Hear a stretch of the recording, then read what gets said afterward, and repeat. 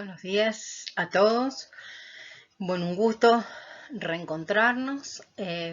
Vamos a continuar con el desarrollo de los temas de Andinoamérica. Recuerden que en la clase anterior estuvimos haciendo un abordaje sobre el territorio andino, sobre sus características ambientales, sobre su diversidad de recursos y algo indagamos sobre las diversas estrategias que las sociedades se dieron a lo largo de más de 5.000 años para poder aprovechar las características que estos diferentes ambientes tenían.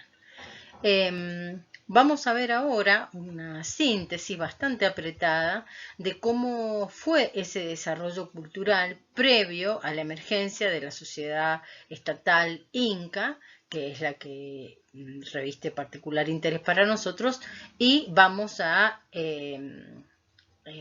poder comprender, digamos, y sería uno de los objetivos de esta clase, la noción de proceso que tiene el desarrollo de estas sociedades. Los diferentes historiadores, arqueólogos, antropólogos han identificado distintas etapas, así como ustedes tuvieron un preclásico, un formativo, un clásico, un posclásico, con sus características y sus divisiones internas para el área mesoamericana. También tenemos una serie de etapas para distinguir este proceso evolutivo en el caso andinoamericano. Algunos hablan de un formativo, un clásico y un posclásico, que en realidad otros autores hablan y utilizan la palabra horizonte, y en esta noción de horizonte van a encontrarse con básicamente tres etapas. Un horizonte temprano, que estaría representado por la cultura de Chavín, un horizonte medio, en donde Tiahuanaco y Huari serían como las culturas y los desarrollos, digamos, culturales más relevantes, hasta que en la etapa tardía o en el horizonte inca, finalmente nos encontramos con esta sociedad estatal que tenía como sede Cusco, de esa enorme estructura que construyeron, conocida. Estos desarrollos culturales encuentran una homologación en el tema ambiental, y nosotros somos ambiente y cultura, y por lo tanto nos interesa bastante que ustedes puedan asociar esos desarrollos culturales a los desarrollos ambientales. Han sido identificados a partir de los estudios de historia ambiental y de climatología histórica tres grandes ciclos fríos, y cuya característica principal también está dada por su sequedad. Este primer ciclo frío y seco, coincide con el desarrollo de la cultura chavín, esa cultura que está en el horizonte temprano, aunque bueno, actualmente ya se está hablando de una cultura aún quizás más antigua que la chavín, que sería la cultura de Caral. Luego tenemos un segundo ciclo, frío y seco, que coincide con el desarrollo de Tiahuanaco en el altiplano boliviano, y finalmente un tercer ciclo que coincide con el desarrollo de la cultura inca o del Tahuantinsuyo. Miren ustedes entonces si no es importante poder realizar una caracterización ambiental que nos permita también identificar los desarrollos sociohistóricos o los socioculturales. Características generales del formativo, de esa etapa, digamos, del horizonte temprano o del horizonte chavín. El desarrollo de una agricultura que ya estaba basada en el maíz, el poroto y la calabaza, la necesaria sedentarización que presuponen los procesos de producción de alimentos, de agricultura. Estas condiciones favorecieron el aumento y el crecimiento demográfico, y este crecimiento demográfico, la necesaria jerarquización del poder. Se empiezan a producir asimetrías entre los diferentes grupos sociales, y entre esas asimetrías aparece el tema de un grupo, una pequeña élite que tiene que encargarse de organizar el funcionamiento de la aldea. La tecnología cerámica está puesta aquí como un icono importante, no es el único tipo de tecnología que se va a desarrollar, pero va a tener un rol clave en lo que es el proceso de acumulación y conservación de alimentos que estas sociedades ya empiezan a producir. En este mapa ustedes pueden observar el desarrollo de este sitio de peregrinación, como muchos autores lo definen, que es Chavín, y el área de influencia que va a tener no solo en la zona costeña, sino también en la zona serrana. Como verán, es casi todo el Perú, hasta prácticamente la altura del lago Titicaca en Bolivia, y la influencia de este culto de diferentes maneras, tanto en lo que es la escultura, como en los motivos presentes en la escultura, en la pintura, en el desarrollo de la cerámica, y que si bien estos motivos antropomorfos y zoomorfos que tienen que ver con los felinos, las serpientes, son fáciles de reconocer, muchas veces en muchos contextos que no sean típicamente Chavín, sino que son parte del área de influencia, a veces son difíciles de interpretar. Lo interesante de esta cultura es que sí sabemos que fue enorme la expansión que tuvo, por lo menos a nivel de sus prácticas iconográficas. En estos centros ceremoniales que van a representar esta cultura chavín, si bien vamos a identificar la agricultura como una de las actividades económicas de base, también van a haber desarrollos artesanales como el de la cerámica, el de la orfebrería en oro y el de las telas de algodón, que van a revertir particular importancia luego en el desarrollo del mundo inca, porque las mantas de algodón van a utilizarse, digamos, con un criterio económico importante, tanto hacia el interior de cada uno de los ayllus, de los que ya vamos a hablar, la unidad de organización social, económica y productiva básica del mundo andino, como para el propio Inca. También, por supuesto, vamos a tener el desarrollo de la escultura en las rocas. Les dejo esta imagen, que en realidad es más clara que la descripción teórica, como para que ustedes imaginen, esto es Chavín, esto es una maqueta de Chavín, la complejidad arquitectónica y la complejidad cultural que supone y la fuerza de trabajo que requiere construir un sitio de estas características, en donde ustedes tienen los patios hundidos, en forma de U, y en donde estarían todos vinculados a través de diferentes galerías. Esta galería del Lanzón, que ustedes pueden ver claramente aquí, ¿sí? A ver si se los puedo marcar bien. Acá, ¿sí? En esta zona. Esta galería es muy importante porque este símbolo del lanzón es uno de los que ustedes van a encontrar repetidos a lo largo de diferentes culturas, tanto en la costa como en la sierra. Esta es un detalle, digamos, de cómo está organizado ese sitio, pero observen aquí la importancia, esto es lo que les quiero mostrar, la importancia de estos muros con estos relieves que seguramente vieron algo en Mesoamérica, van a ver que acá en el área andina también van a repetirse, y la importancia del desarrollo de este tipo de esculturas, no solo por la escultura en sí misma, sino por la intencionalidad de darle relevancia a la arquitectura, digamos, al edificio en el cual están colocados estas diferentes esculturas, a veces antropomorfas o zoomorfas, que van planteando en diferentes sitios. Cuando entramos al clásico, o lo que también ustedes encontraron allí como el Horizonte Medio, ya hablábamos del desarrollo cultural de Tiahuanaco, de Huari, vamos a trabajar particularmente sobre esta etapa porque es el inmediato anterior al desarrollo de la cultura inca. Estamos hablando de sociedades urbanas. Ya no de estos centros ceremoniales con ese formato como el de Chavín, sino de centros urbanos en donde el trabajo se organiza a partir de un criterio de división social y se produce francamente una escisión en la sociedad entre una clase política encargada de la administración de la ciudad y del abastecimiento y del cuidado y la protección de esa ciudad, y también la especialización laboral del resto del grupo a partir de la producción en el campo, a partir de la producción artesanal, a partir del comercio o del intercambio de bienes con otras ciudades.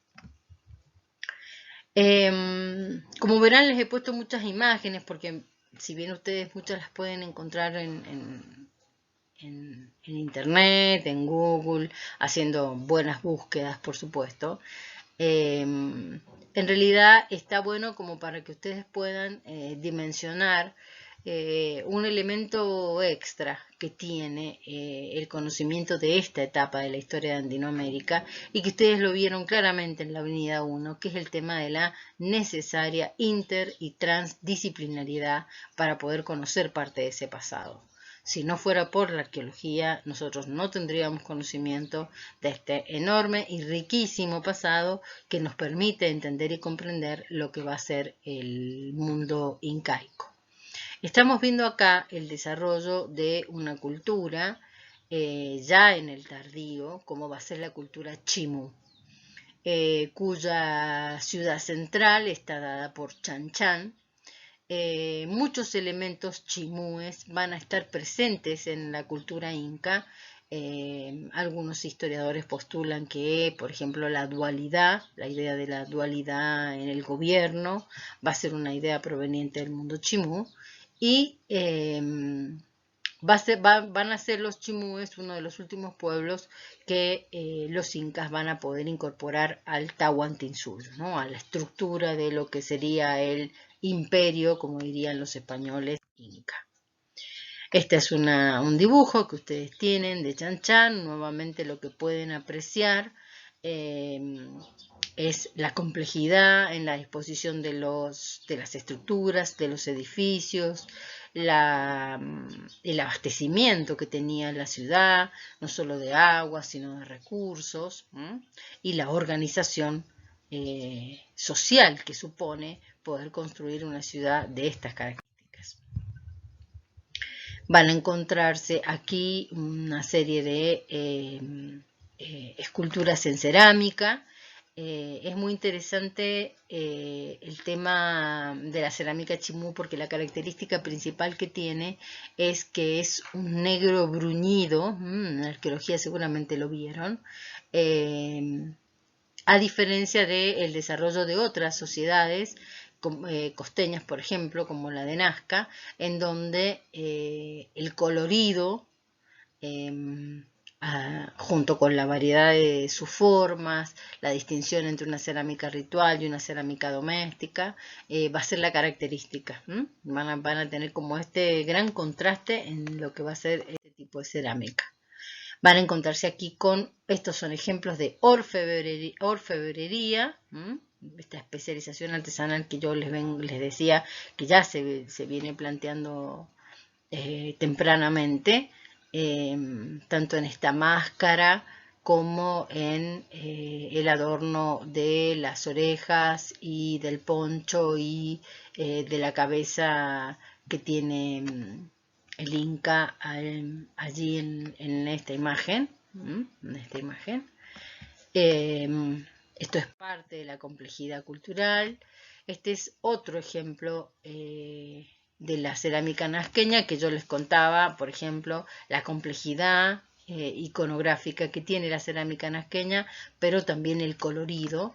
El tema de Nazca es rico, muy rico para estudiarlo, no solamente desde su cerámica, que son como grandes libros que nos permiten conocer, entender la mayoría de sus prácticas sociales, sino que de Nazca también tenemos registro de los geoglifos, que están siendo ampliamente estudiados, y aquí vemos un ejemplo de estos geoglifos. También tenemos algunos geoglifos en el Atacama chileno, en el norte chileno.